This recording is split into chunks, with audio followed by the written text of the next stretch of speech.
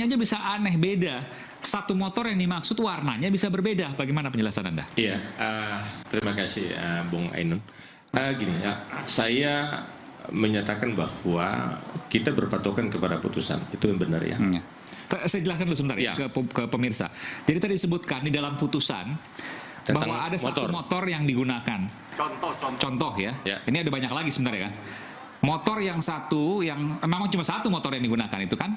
Yang dimaksud ada 4 motor. Ada 4, tapi yang dimaksud itu cuma satu. Motor siapa itu? Enggak, ada itu contoh lah. Ada yang dikendalikan siapa? Pakai mana?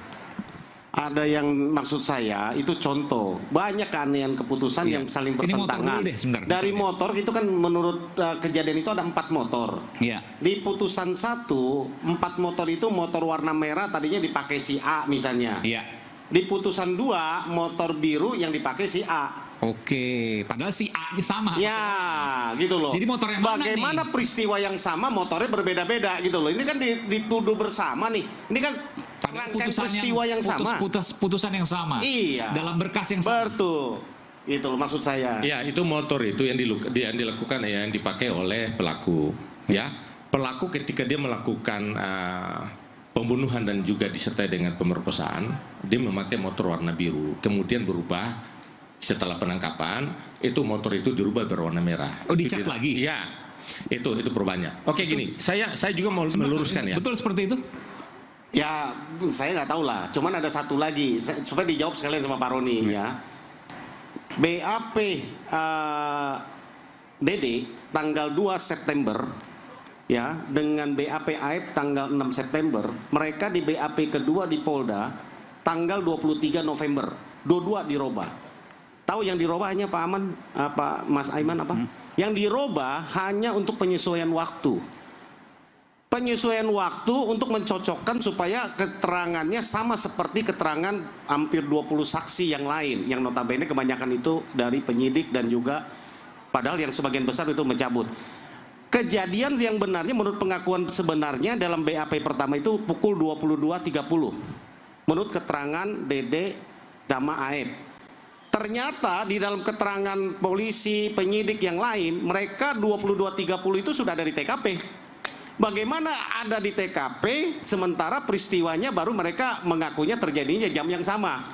Ya kan, rupanya dirubahlah di tanggal 23 November, mengatakan Dede mengatakan kejadian yang sebenarnya pukul 21.30. Ya kan?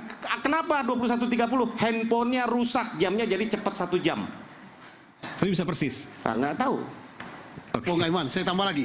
Silakan. Pelaku 11, ditambah korban 1 sepeda motor 4, kejar-kejaran.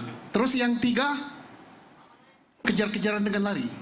Itu pikiran serse kan? Pelaku 11 ya. Motornya ada 4. Ada 4. Kalau motor 4 kan bayangannya 8 lah yang normal. Ya.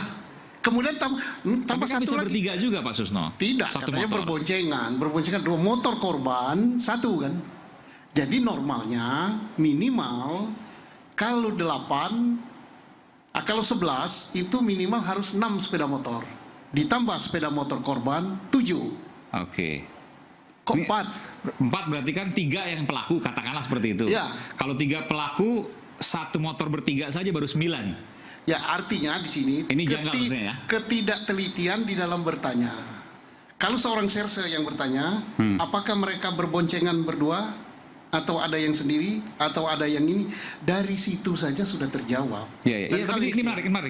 Jadi motor kan 4, 1 kan punya korban. Iya, jadi tinggal 3 kan? Iya. Kalau 1 motor dipakai bertiga saja misalnya 9, padahal ada 11. Tidak mungkin mereka seluruhnya boncengan bertiga. Iya. Ya oke lah. Karena ada yang sendiri itu. Oke, silakan Bung Ron. Ya, jadi gini, Mas Ainun, saya mohon maaf ya Pak Jenderal, saya juga harus tahu posisi Bapak ini sebagai praktisi hukum kah? Sebagai polisi yang juga pernah menyidik kah? Atau saya undang Pak Susno sebagai orang yang pernah mengetahui betul soal penyidikan dimanapun itu. Ya, jadi biar saya juga jawab juga tepat dan terarah gitu ya. Karena saya adalah mantan praktisi hukum yang 36 tahun jadi polisi. Ya. Dan saya juga mantan perumus hukum bersama beliau, Ibu Ganarsi. Ya. Ada beberapa puluh undang-undang di Republik ini yang kita rumuskan. Termasuk UHAP yang sekarang sudah 20 tahun di DPR Ya. yang belum terbit. Oke, luar biasa. Jadi gini, saya juga mau meluruskan ya tentang TKP. Apa yang disampaikan oleh Jenderal Susno dan juga rekan Farhat Abbas ya tentang TKP. TKP benar terjadi di Kabupaten Cirebon. Tapi itu wilayah hukum Polresta Cirebon. Seperti gini. Jembatan itu Polresta? Iya, Polresta Cirebon. Wilayah hukum Polresta Cirebon. Seperti contoh kejadian di Depok, wilayah hukumnya Polda Metro. Iya. Ya, itu jangan kita jangan membuat opini yang saya salah. setuju dengan beliau. Ya. Tetapi Kapoldanya ini loh, tanya Kapoldanya. Aku Kapolda Jawa Barat. Oh, sempat jadi Kapolda Jawa Barat. Kapolda Jawa Barat itu ini loh. Ya. Saya loh 2008 saya Kapolda. Iya. Saya tidak pernah membagi jembatan ini milik itu. Oke. Sesuai dengan yuridiksi kabupaten Kapolda kota. Jawa Barat. Beda Ya, dengan Polda Metro. saya gini ya, Kalau Polda Metro, Depok itu ada keputusannya. saya Keputusan Kapolri. sangat disayangkan gini. Kalau beliau betul-betul ingin Bentar. Saya berikan pada Pak Susno. Jadi Pak Susno yakin betul bahwa TKP jembatan itu ada di kabupaten, bukan di kota. Kabupaten. Karena Pak Susno Kapoldanya waktu itu. Makanya yang menangani Pernah menjadi kecelakaan Kapolda lalu maksud saya. lintas itu adalah kabupaten. wilayah hukumnya di Polresta Cirebon. Kabupaten. Bupatinya bupati kabupaten, bukan Makanya- bupati kota. Makanya yang pertama datang TKP dari Polsek Talun, Talun. Polres Cirebon, bukan Polresta Cirebon. Bukan, di Sumber kantornya. Dialah yang menangani, kemudian menyerahkan di kubur. Selesai tugas Polres Kabupaten. Nggak tahu bagaimana jenazah sudah masuk di dalam kubur, entah siapa ya, hantu belauk siapa, mindahkan TKP ini menjadi 3. Belakang showroom, betul. 3, tolong dijawab. Aku nggak mau polisi dicoreng. Tercoreng polisi, apalagi Polda Jawa Barat, akulah pembinanya. Yang paling merah mukanya itu saya. Nah, kalau Pak Susno ini adalah pembina, kalau beliau ingin merubah, memperbaiki, harusnya secara internal. Harusnya internal. Sudah. Maksudnya bisik-bisik begitu. Ya, Oh, no. perbaikan secara internal. Oh sudah, tidak, saya bisikkan sama Bung Roni. Aku sudah bilang itu, oh enggak. Ya. Kalau di dalam, kita lebih keras lagi. Sambal yang saya sampaikan di luar, itu adalah sambal level 2. Oke. Tidak pedas, tapi asik campur pete. Ya, Sambal internal Sambal internal level 8. level 8. Bentar. Ini penting, bentar. Artinya sebenarnya Pak Susno mengetahui jauh lebih dalam dan itu sudah disampaikan lewat internal ketimbang apa yang Pak Susno sampaikan hari ini. Tidak boleh. Saya sama Bung Roni kayak cukup level 2. Ini sahabat saya nih. Kami beta sama-sama. Sambal sudah Nggak disampaikan. mungkin. Kita ya. papeda. Jadi gini. Kami membela ini adalah membela haknya klien kami Pak Rusdiana ya, supaya kita jangan membuat framing yang berlebihan, ya. Kita tidak boleh membuat pengadilan medsos, itu sangat tidak baik. Kita harus menghargai yang namanya putusan, apalagi memiliki kekuatan hukum tetap. Apabila suka dan tidak suka terhadap putusan itu, lakukan upaya hukum selanjutnya. Terakhir adalah PK.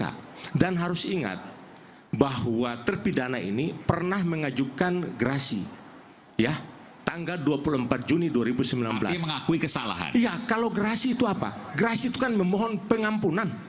Dia mengakui bahwa dia melakukan dan minta diringankan hukumannya, kan begitu. Dan itu ditolak. Terkait juga masalah pra-peradilan, ya, pra-peradilan terhadap Eki ya, Peggy Setiawan atau Perong itu ya, gini. Harusnya kalau ada pendapat, asumsi dari pihak penasihat hukum daripada terpidana, kami juga bisa melakukan satu asumsi terhadap putusan itu. Itu sebenarnya cacat hukum. Kenapa demikian? Bahwa pengadilan Prapit itu dia menggunakan serkap 2019.